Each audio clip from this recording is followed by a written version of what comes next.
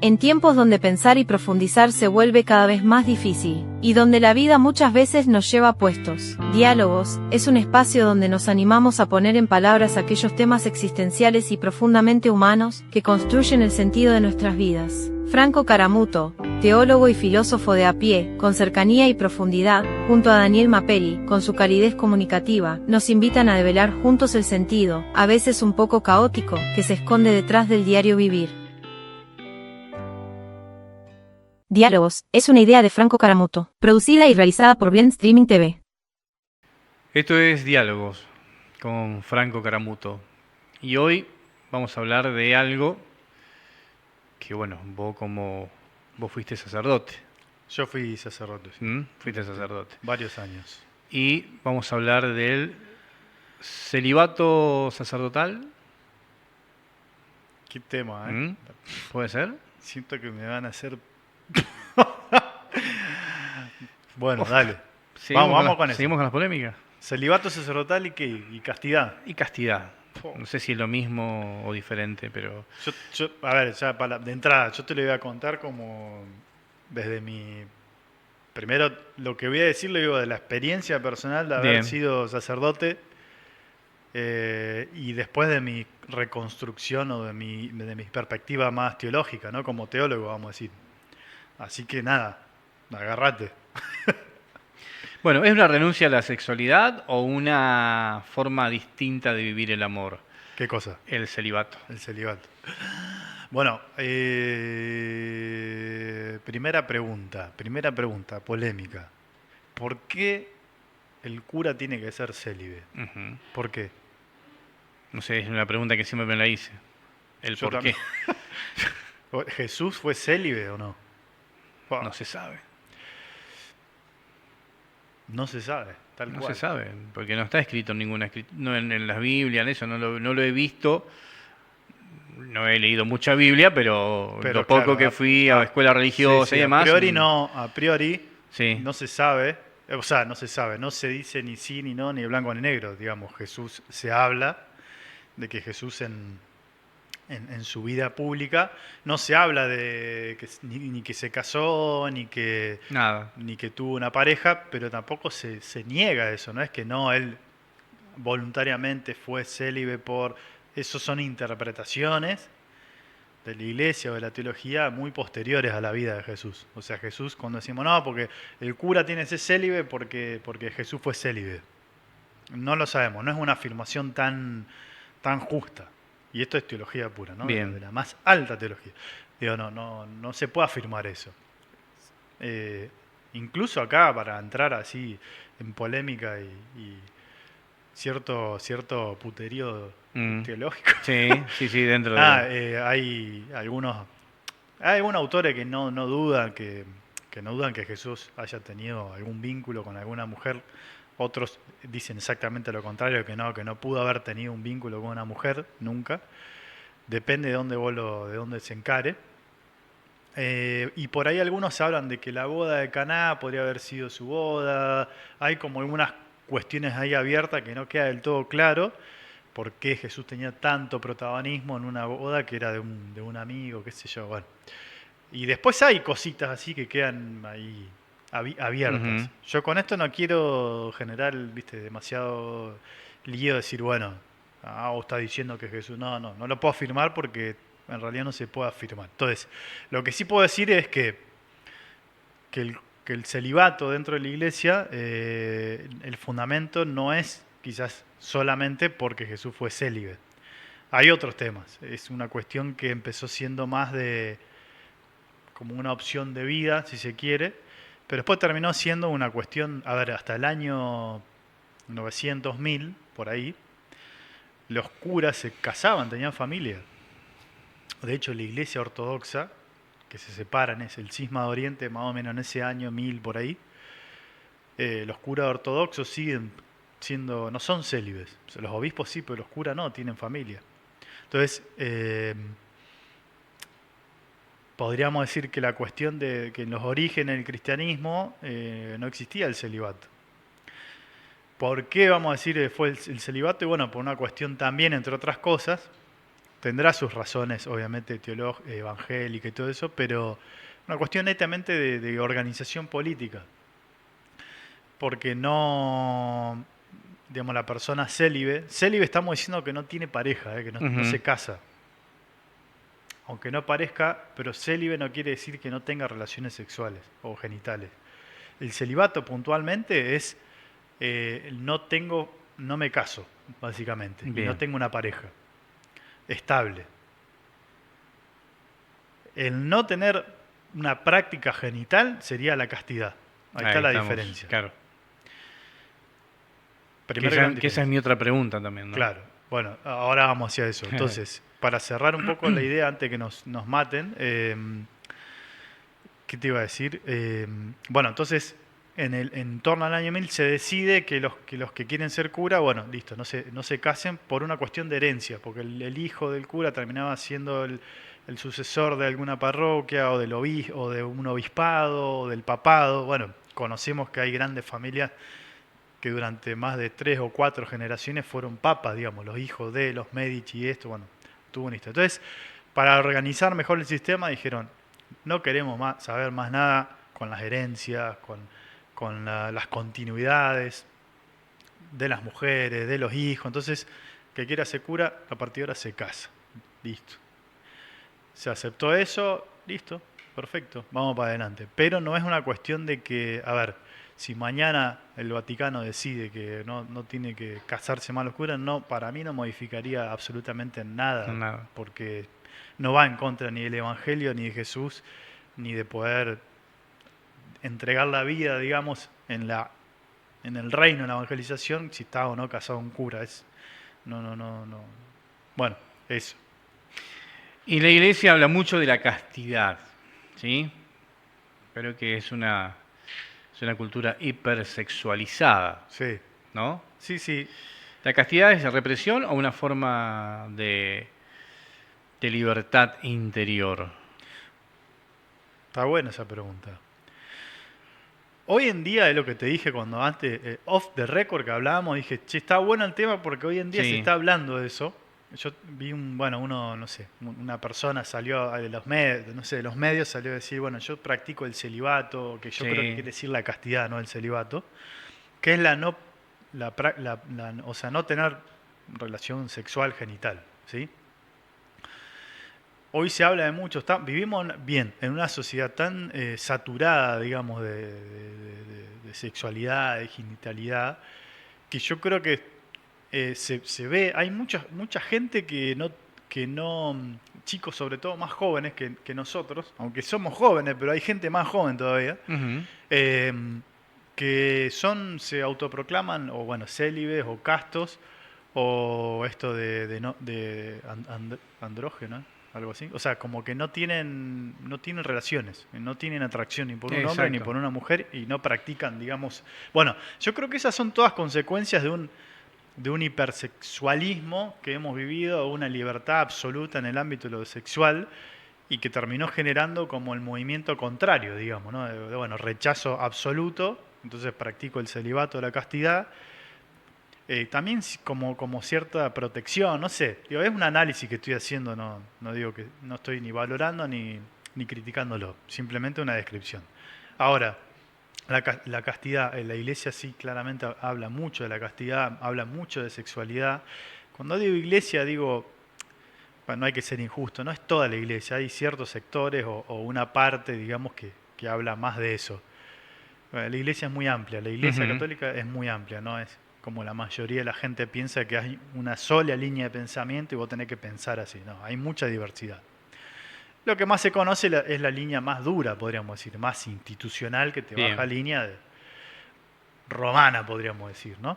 Y en esa línea más dura, esto se habla de la castidad como, bueno, hay que tenerle miedo básicamente a la sexualidad, hay que tenerle miedo a todo el mundo de lo erótico porque es malo, porque es demoníaco, porque está mal visto. Bueno, yo creo que eso claramente no es algo que aporta mucho a la sociedad de hoy, porque lo sexual, lo erótico es parte de nuestra vida, creo que hay que hablar mucho más de lo erótico, lo sexual, porque se habla poco en el sentido de que se habla como forma o de chiste o como, no, porque yo, viste que a veces escuchan otro, no en este, No, no en pero este canal de streaming, pero en otro como que se habla tan vulgarmente de la sexualidad que es una manera de no hablar de la sexualidad o de lo que o de lo que estamos viviendo en el mundo.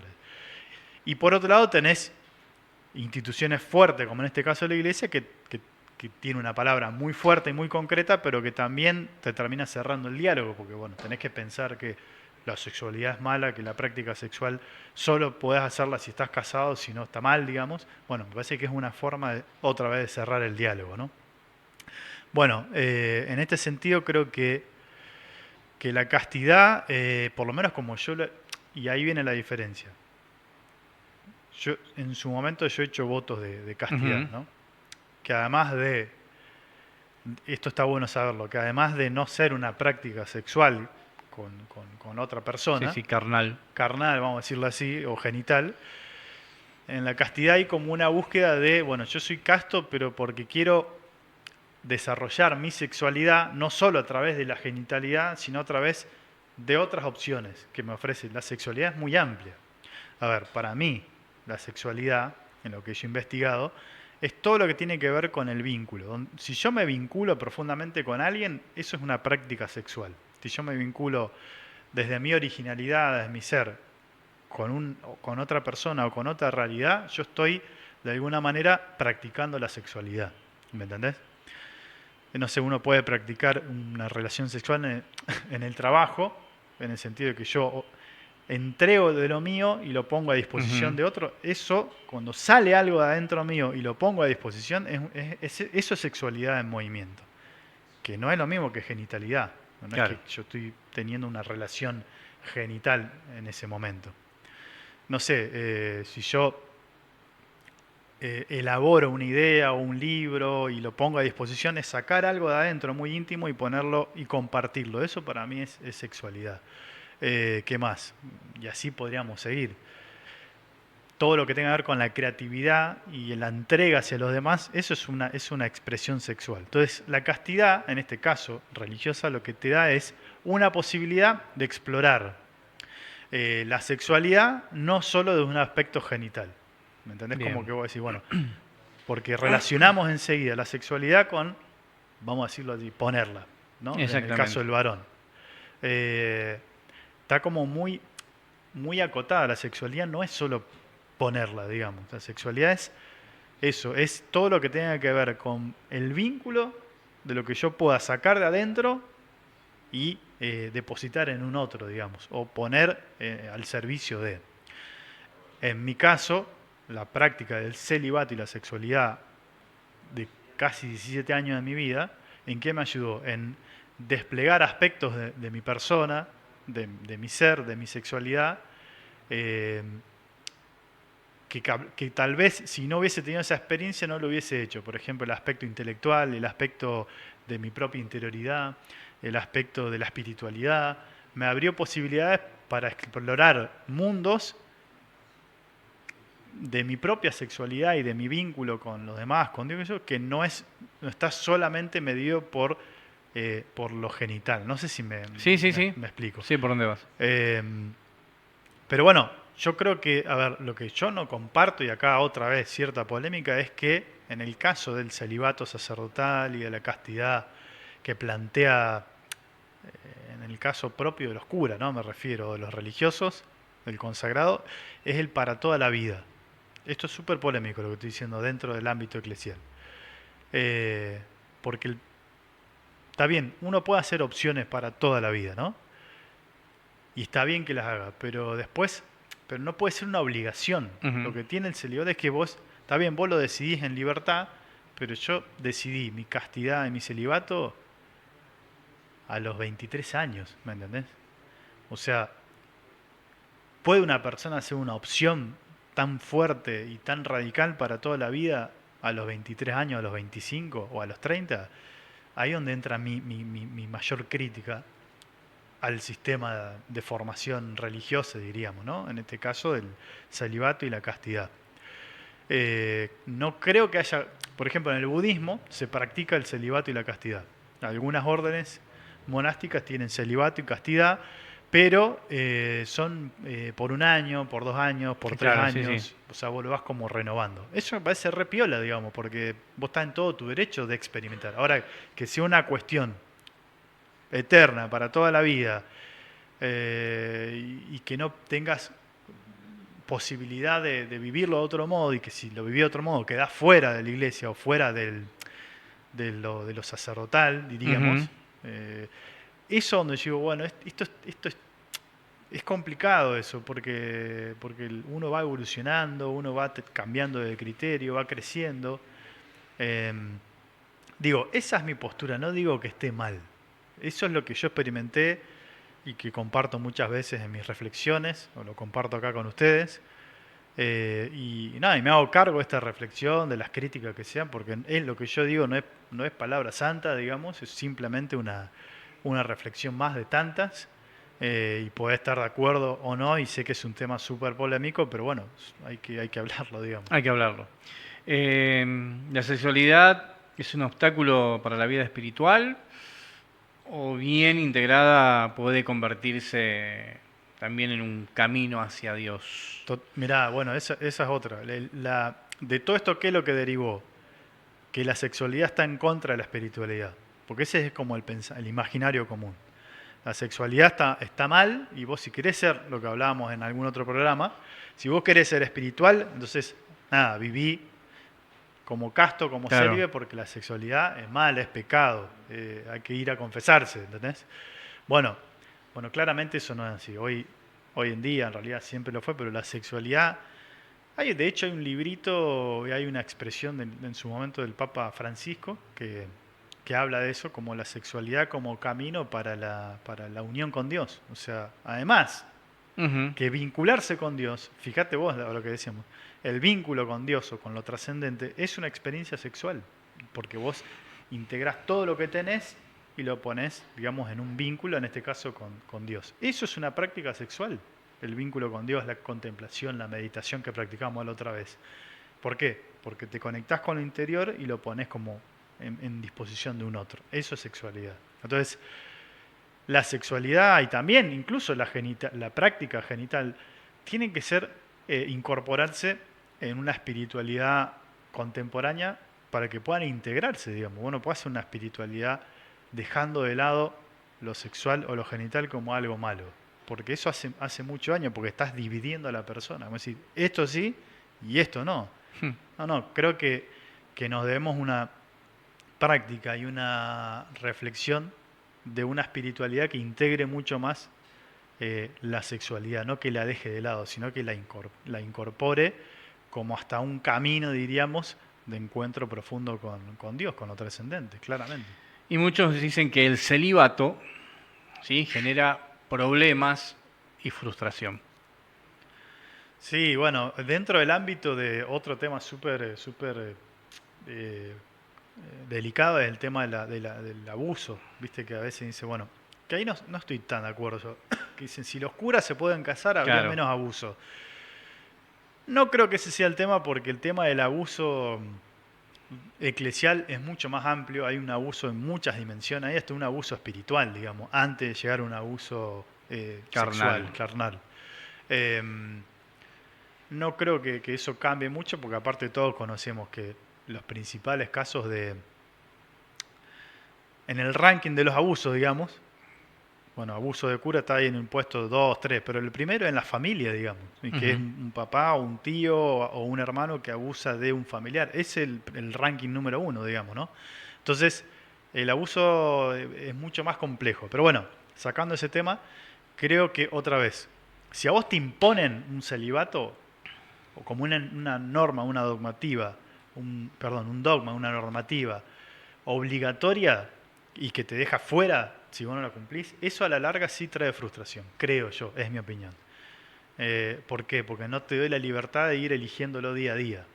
Aunque vos lo podés ir eligiendo día a día, pero en realidad, si vamos a los bifes, hay una normativa que es sí o sí vos tenés que cumplirlo, si no, eso te deja fuera.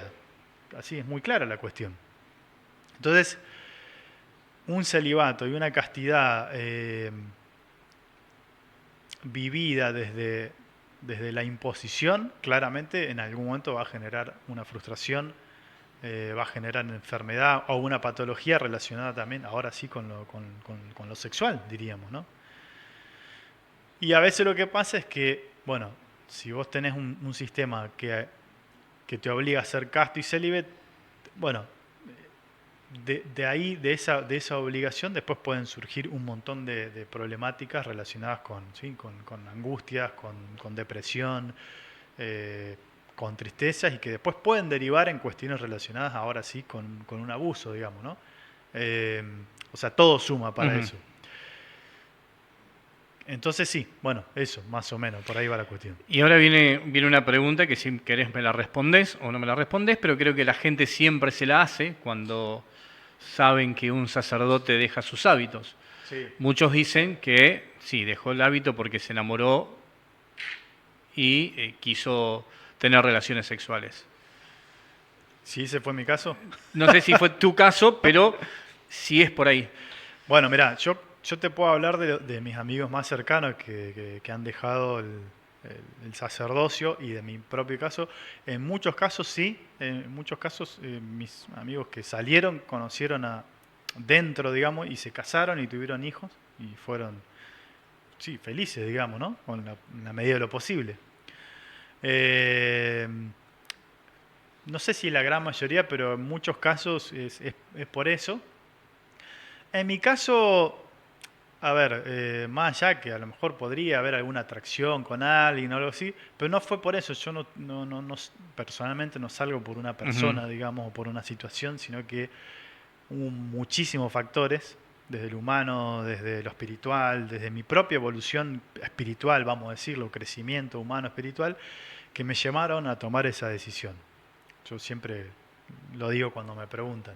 Sobre todo la cercanía con la muerte. Yo cuando tuve el COVID y pensé que me iba a morir, dije, siento que no quiero morir, obviamente, porque me quedan muchísimas cosas por conocer, por desarrollar, por desplegar, y que sentí ahí muy fuertemente en ese momento que en ese lugar donde estaba y en esa forma de vida, con todo lo lindo que me dio, pero había llegado a un límite y yo no iba a poder seguir como desplegando, creciendo muchas cosas de mi humanidad.